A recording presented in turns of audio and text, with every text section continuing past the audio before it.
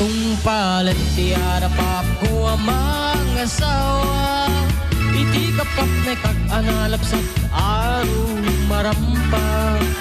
Ulandis nga buhok na maramay na kimang kandila. Kape ko ma... Nabuko ka to. Sige, ikang tiplan. Siyak. Sumonga ti altaray nagsuwerte akun kunada. Bisang ditahe nabutaw ti bugon na ay nakalap-lapana. Kasala iti biag makatawin min nga agden-den na. Ay nagseksilat tatakas tuimet ti mandar na. Ingkaman, mangisa ang kalpasan nga ingkaman pa'y agsagat ti paraan. Ingkaman, ingkaman kalanga, ingkaman.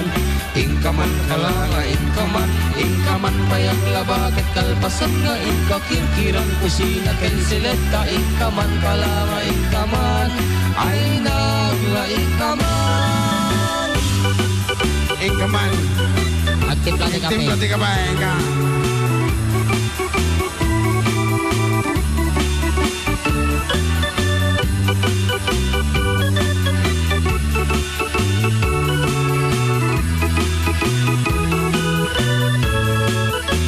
Natumpalan tiara pa ako ang mga asawa. Ang sabali dating titulong diyak ninam nama. Barbaring mamaliw anos kang dumi pa ay kulat ka. Tawan man naglabas isulat at manmandar na. Ingkaman, mangisang kalpasan na ingkaman pa'y agsagat ni paraangan. Ingkaman, ingkaman kalanga, ingkaman. Ingkaman kalanga, ingkaman. Ingkaman pa'y aglabakat kalpasan na ingkakirkirang kusina kan silagda. Ingkaman kalanga, ingkaman. Ay nagla, ingkaman.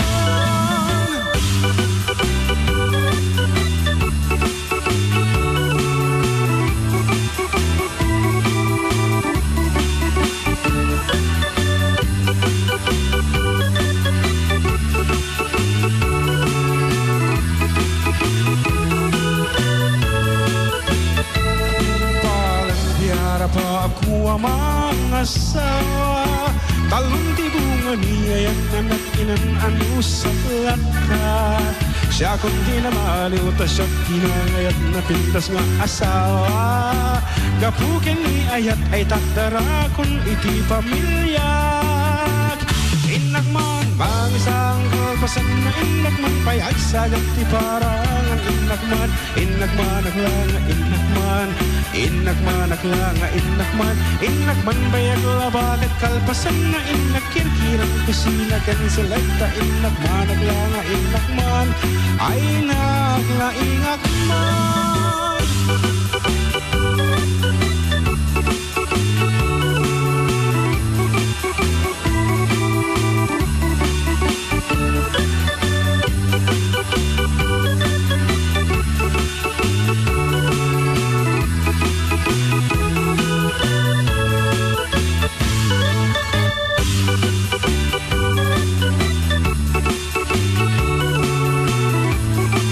Okay, karuba. Dahil ang arot sunata po nga na pauluan. Ingkaman kat iti oras 44 minutos kapasan. Iti alawan natin malam kat bata maapong agtim-templa iti kafe ni John Mark Pastor.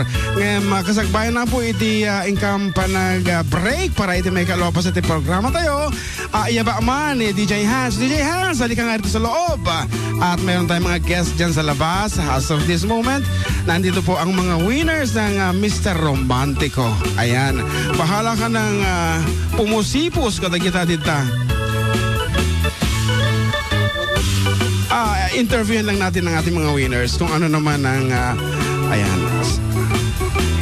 Sandali lang, ayan. Ayan ang mga winners po ng promo ng Sweet Radio 97.7 entitled Mr. Romantico. Ayan, yung mga nasa labas, iyabang manisulat ano makita tamo dito internet kasi naka-live stream tayo. What is that? Ayan, asa na sila? Si DJ Pau kasi Kuya Jun ay nasa labas, ayaw pumasok dito.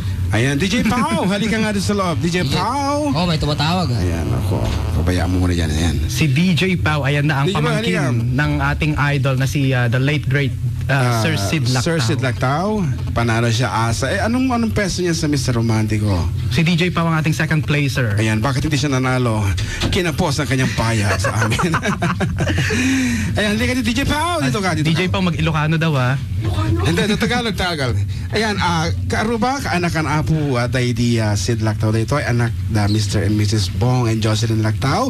Iti Eagle Riders, Eagle Rider Motorcycle Nag-endorse. Parts. And dyan, syempre sponsor kasi namin yan Naman. Ayan, say hi. Ayan, anak lifetime. Hello. Ay, okay yan, kailan hindi mo na rin ikamati headphone na. Okay. Hello everyone. Ayan. Okay, kunwari, nagsiset na ba siya dito sa atin? Di ba? Naman. Oh, Siya ang ating main host sa ating Friday Night Live. so, anong mangyayari sa Friday Night Live, DJ Pao? Bali tutugtog po kami. Tutugtog kayo? Yeah, yung mga guest po. So may mga singers po doon. Then, So, ipakilapit lang. Para ka naman natatakot sa microphone dahil... Hindi ka kakainin yan. so basically yun po. Yeah. Okay. So, kailan mag-umpisa ang show? Tuwing Friday po yun ng 6 to 8. Yes. 6 to 8 p.m. So, sino ang ating mga expected guests to perform? Si DJ Husky po and DJ Sean yung always parang nandun. Yeah. Tapos may mga singers rin na pwede pong invite. Ayan, so mauawagan na po kada kita talento na tanga kumansyon, mabalinda. Mag-audition pa ba sila or sasalang na kaagad? Sasalang na po agad. Sasalang na kaagad. So oray no sintonado apot ng boses yung mabalin ito umay ditoy. Ayan. If they have the guts to sing on air. Ayan, English yun. Hindi mo masyado. Ayan. Ayan, Karo ba? Sino pang guest natin na nasa labas?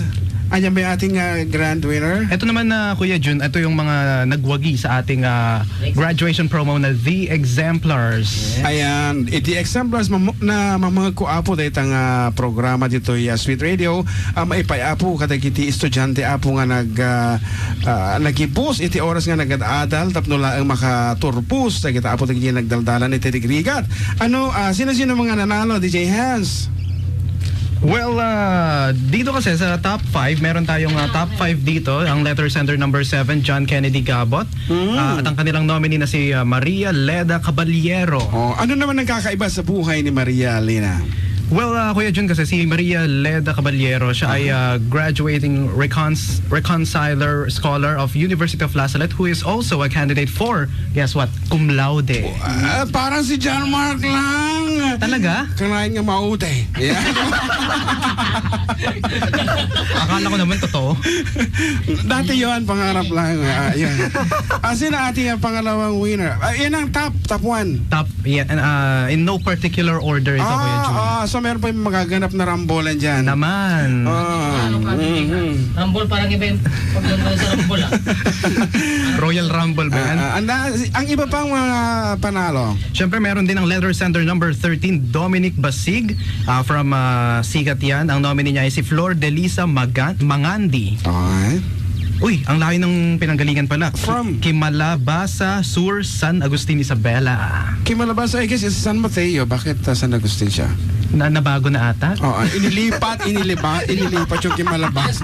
Ganun kadali. Oh my gosh. Sige, sino pa itikiti nagasat apo nga ng habak? Siyempre Manong Jun, kasama rin natin. Uy, Manong Jun. Manong Jun! Letter sender number 3, si Ferdinand Dong Obra ng Patol, Santiago City. Ang kanyang nominee ay si Herson Makadat aka Samtol. Wow, Samtol. At ang ating ikala-4 na contestant, di ko nga bumasa as yung tipong DJ Spice nung 19 noon si Aposit Lactao. Sige man. Okay, so letter sender number 10, we have Juliet Sonday from St. James Subdivision, Batal, Santiago City. Yes. Then kagaling naman. And last Sino ang nominee ni Ma'am Juliet Sonday?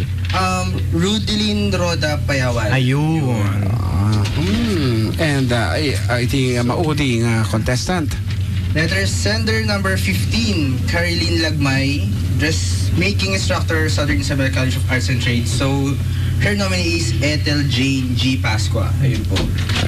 And meron din tayong 3 wild cards, Kuya Manong June. May wild card na naman na 3. Naman. Okay, anyway, kung minsan, yun ang mga napipili, yung mga wild cards na yan. Kaya, so paano sila maglalaban-laban for the final round? Tanungin natin si DJ Lee kasi wala akong alam dito. Pressure mo ako eh. Ayan, anyway, napakaganda namang programa. Naiyak ka ba, Kuya Manong June, sa mga letters nila? Ay, hindi naman kasi parang mas mahirap yung pinagdaanan ko kaysa sa kanila. Talaga, hindi ko alam yan ha. Kung ako ay graduating student lang ngayon, I'm sure siguro mga 28 ang magno-nominate sa akin dito.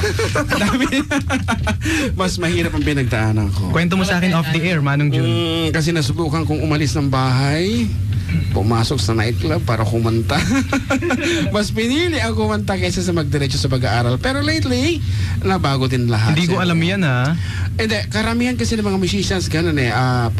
Dumarating ang point na ba na yung agdwa-dwa isulit pa nagpiyag na ano pa mag-aaral ba ako o tutugtog ako kasi sa pagtugtog may pera ka agad, sikat ka na kaagad, parang ganon. Ayan, kaya mas minsan sinubukan kong umalis ng bahay at tumugtog, iniwanan ang mga libro. Ang karubak at ditaan nga gipos apo. Thank you very much, DJ Pao and DJ Hans. Maraming salamat. Maraming salamat, Manong June. Ayan, agsubli apo, 84 dekaduo, kalpasan apo ti sumagmano nga, palagi, isula ang tampay nga nakasagana, dagiti, tampay nga nakasagana, dagiti commercials, kat ngarod,